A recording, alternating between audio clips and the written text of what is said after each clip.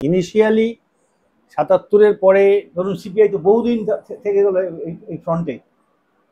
CPI তো মানে ৭২-এর সময় থেকে কংগ্রেসের সঙ্গে ছিল। হ্যাঁ, তারপরে ৭৭-এর লোকসভাতেও ছিল কংগ্রেসের সঙ্গে ছিল। তারপরে ওদের ভাতিন্দা কংগ্রেস হলো বোধহয় 78-এ। হ্যাঁ, তখন ওরা লাইন চেঞ্জ করলো যে না, আমরা এমার্জেন্সি সমর্থন করে আমরা ভুল করেছি। হ্যাঁ, সুতরাং আমাদেরকে সেই বাম শক্তির সাথেই আমাদেরকে থেকে এবং রাজেশ্বর রাওদের সেটা ইয়ে করলো আর কি, মানে যেটা ডাঙ্গের সঙ্গে মিল ছিল না। হ্যাঁ, তো সেটার পরে ৭৭ সালের পরে ধরুন একটা নতুন সরকার আসছে। হ্যাঁ, তখন ওই পঞ্চায়েত বিষয়টা চালু হচ্ছে।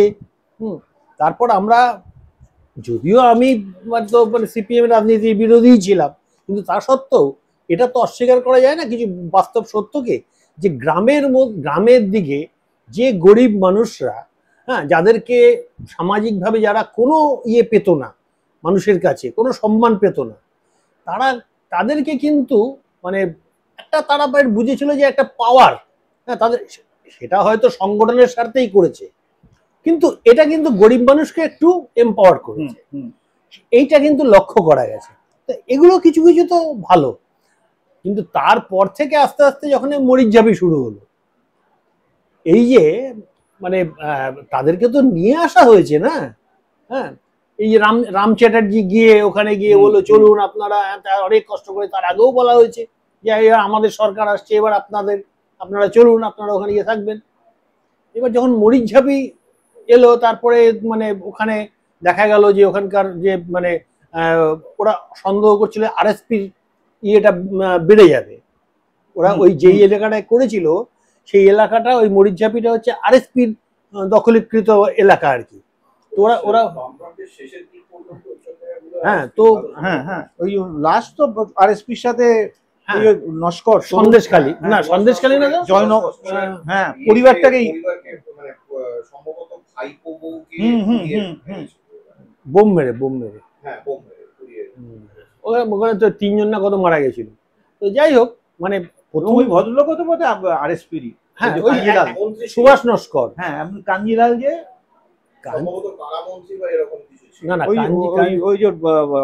যে রবীন্দ্রনাথের ওই হ্যামিল্টনের প্রাসাদ ওই জায়গাটায় একটা আলাদা। ও না, তিনি আরএসপি দিকে একটু ঝলা ছিলেন, কিন্তু তিনি সরাসরি দল করতেন না। আচ্ছা, কিন্তু তার মানে খ্যাতিটা ছিল সুন্দরবন উন্নয়ন পর্ষদ না কি এরকম। হ্যাঁ, সেইটা ওই ভদ্রলোক খুব সম্মানিত, কিন্তু তার একটু আরএসপির দিকে একটু ইনক্লিনেশন ছিল আর কি।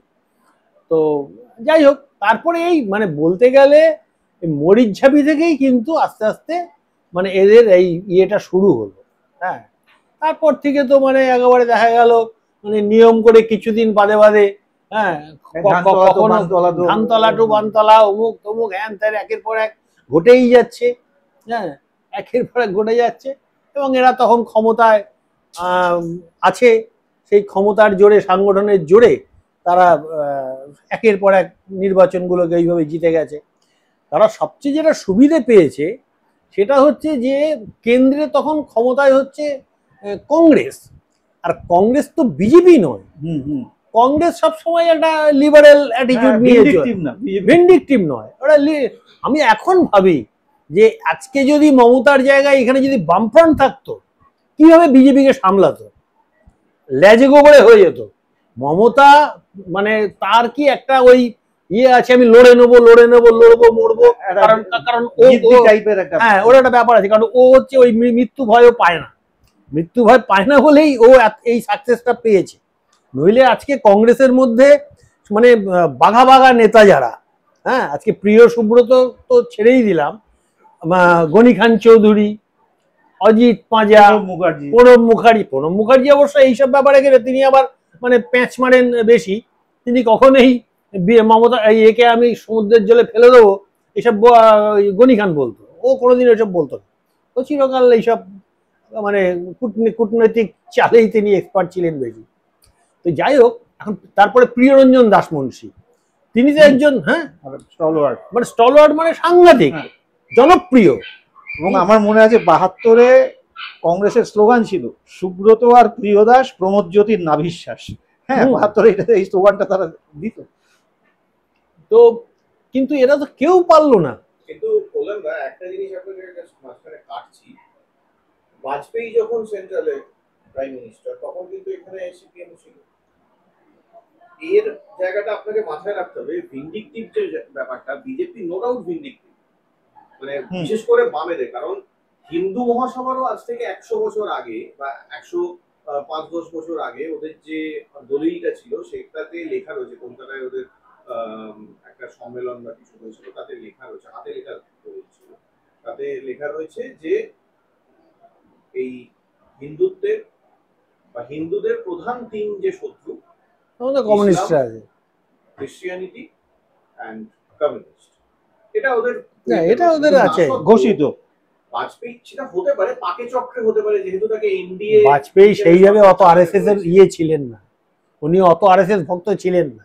না আরএসএস এর ভক্ত ছিল বাজপেয়ী, তো সারা জীবনটাই আরএসএস এই করে গেলেন, কিন্তু আরএসএস থেকেই তো উঠলেন, আরএসএস করে তারপর তো না, আমি তো ওনার আরএসএস খুব একটা, উনি যে খুব নাগপুরে যেতেন বা এরকম কিন্তু দেখিনি, বরং সেটা আদবানি অনেক বেশি ছিল।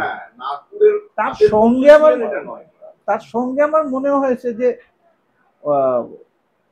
তখনও বাজপেয়ীর কাছে ঠিক মানে আমরা যে আরএসএস বিজেপিকে দেখছি এখন, সেইটা হয়ে ওঠার মতো জায়গা ছিল না, কারণ তাদের ওই অস্তিত্ব, তার সরকারটার অস্তিত্ব টিকিয়ে রাখতে